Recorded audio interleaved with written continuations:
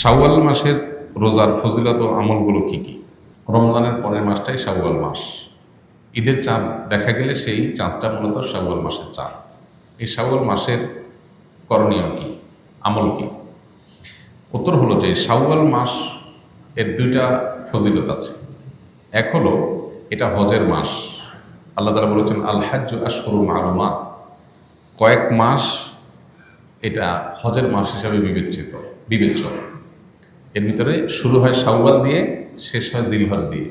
এখন প্রশ্ন উঠতে পারে, হজের কার্যক্রম তো হয় জিলহজের ৮ থেকে ১৩ তারিখ, তাহলে শাওয়াল মাস কীভাবে হজের মাস হয়? এর উত্তর হলো, কেউ যদি হজ স্টার্ট করতে চায় শাওয়াল মাসে সেই স্টার্ট করতে পারবে। অর্থাৎ হজের উদ্দেশ্যে এহরাম করে মক্কায় ঢুকে গেল, শাওয়ালে স্টার্ট হয়ে গেল, ওমরা করো, বাকি হজের অপেক্ষা করতেছে। এটা পার্ট অফ হজ। যখন কেউ তামাত্তু হজ বা কেরান হজের নিয়ত করবে, সে শাওয়াল থেকে শুরু করতে পারে। তো সে অর্থে এটাকে হজের মাস বলা হয়েছে। দ্বিতীয়ত, শাওয়াল মাসে 6টা রোজার ফজিলত আছে। আমরা জানি নবী সাল্লাল্লাহু আলাইহি ওয়াসাল্লাম বলেছেন, মান সামা রমাদান সুম্মা আতবাআহু সিত্তাম মিনাশ শাওয়াল কানা কাসিয়ামিদ দাহর। কেউ রমজান রোজা রাখার পরে শাওয়ালের 6টা রোজা রাখলে সারা বছর রোজা রাখার সওয়াব পাওয়া যাবে। অনেকে এটাকে ব্যাখ্যা করেন এইভাবে যে আল্লাহ তাআলা যে কোনো আমলের 10 গুণ বাড়িয়ে দেন, কোনো ক্ষেত্রে 700 গুণ আরও বেশি পরিমাণ দেন অনেকে। তো রোজা রাখার ক্ষেত্রে আমরা রমজানের রোজা রাখছি 30টা, আর শাওয়ালে যদি 6টা রাখি তাহলে হবে 36টা।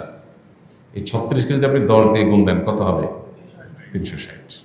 এই জন্য হাদিসে বলা হয়েছে, রমজানের 30 রোজার পরে বা পুরো মাসের রোজার পরে যদি কেউ 6টা রোজা প্লাস করে, তাহলে সারা বছরে পেয়ে যাবে। অর্থাৎ তখন 10 দিয়ে গুণ হয়ে যাবে। তাহলে আমার 30কে 360-এ পরিণত করার জন্য আমার 6টা রোজা রাখতে হবে। Why not? আমরা কেন এটা মিস করবো? এটা চেষ্টা করা দরকার। এই 6টা রোজা একসাথে রাখা কোনো জরুরি না, যার যেভাবে খুশি ভেঙে রাখতে পারে। কারণ ছুটির দিন শনিবার শুক্রবার, তিনি এই দিন রাখলেন, কেউ অন্যদিন রাখলেন, আজকে 2টা রাখলেন, আবার 1 সপ্তাহ পরে 2টা রাখলেন, যেভাবে খুশি রাখতে পারেন। পুরো মাসের মধ্যে রাখতে হবে, এটা হলো মূল কথা। শাওয়ালের 6 রোজা নাকি কাজা রোজা, কোনটা আগে রাখতে হবে? কারোর যদি রমজানের রোজা কাজা হয়ে থাকে, তাহলে সেক্ষেত্রে তিনি রমজানের কাজা রোজাগুলো আগে রেখে তারপরে শাওয়ালের 6 রোজা রাখলে বেশি ভালো। কারণ যে হাদিসে শাওয়ালের 6 রোজার ফজিলত রয়েছে, সেখানে রমজানের রোজাগুলোর ব্যাপারে বলা হয়েছে। নবী সাল্লাল্লাহু আলাইহি ওয়াসাল্লাম বলেছেন, মান সামা রমাদান সুম্মা আতবাআহু সিত্তাম মিন শাওয়াল, যে ব্যক্তি রমজানের রোজা রাখলো এরপরে শাওয়ালের 6 রোজা রাখলো। তো এই হাদিসে বোঝা যাচ্ছে রমজানের রোজা রেখে তারপরে রাখতে বলা হয়েছে। এখন রমজান রোজা যদি আপনার গ্যাপ থাকে কয়েকটা, মিস থাকে কয়েকটা, এগুলো রেখে তারপর আপনি শাওয়ালের রোজা রাখলে এটা সবচেয়ে সেফ এবং সবচেয়ে ঝামেলামুক্ত।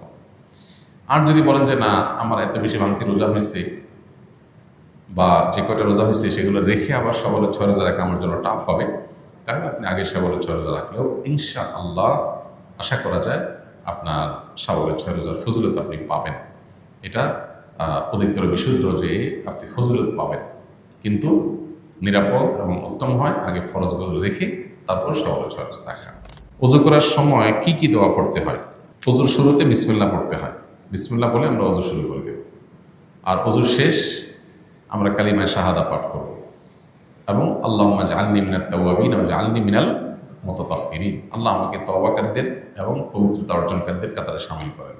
বাস, এই দোয়া আর কালিমায়ে শাহাদা পাঠ করা, আশহাদু আল্লা ইলাহা ইল্লাল্লাহ ওয়া আশহাদু আন্না মুহাম্মাদান আবদুহু ওয়া রাসূলুহু।